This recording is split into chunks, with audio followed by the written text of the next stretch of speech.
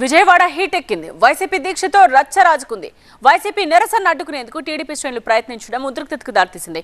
మా ఆఫీస్ ఎదుట ఆందోళన చేస్తే అభ్యంతరం ఏంటని ప్రశ్నించారు మాజీ మంత్రి వెల్లంపల్లి శ్రీనివాస్. ధర్నాలకు ధర్నా చౌక్ ఉందని కౌంటర్ ఇచ్చారు టీడీపీ నేత బుద్ధ వెంకన్న. రోడ్లపై టెంట్లు వేస్తే ప్రజలే బుద్ధి చెప్తారని హెచ్చరించారు. వెల్లంపల్లి బుద్ధ మధ్య డైలాగు వార్చుద్దాం. మీరు యువతను మోసం చేస్తున్నారు. నిరుద్యోగ భృతి ఇస్తా అని చెప్పిన వ్యక్తులు నిరుద్యోగ భృతి ఇవ్వలేదు. ఫీజు రియంబర్స్మెంట్ బకాయిలు పెట్టారు. డిఎస్సీలో అక్రమాలు జరిగినాయి. వాటన్నిటికీ కూడా న్యాయం జరగాలని చెప్పని యువత అందరిని కలుపుకొని ఈరోజు మేము నిరాహార దీక్ష చేస్తుంటే ఈ దీక్షను భగ్నం చేయడానికి కూటమి నాయకులందరూ కూడా వస్తారని చెప్పని మాకు ఇక్కడ అంతా అడావుడి చేస్తున్నారు.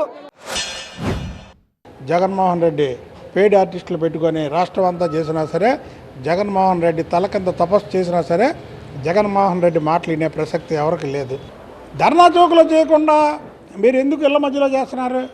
ఎందుకు రోడ్డు మీద చేస్తున్నారు? మమ్మల్ని రెచ్చగొట్టడమే కాదు. మీ హయాంలో మేము ఎక్కడైనా రోడ్డు మీద నిరసనలు చేసినటువంటి దాఖలాలు ఏమైనా ఉంటే చూపించండి.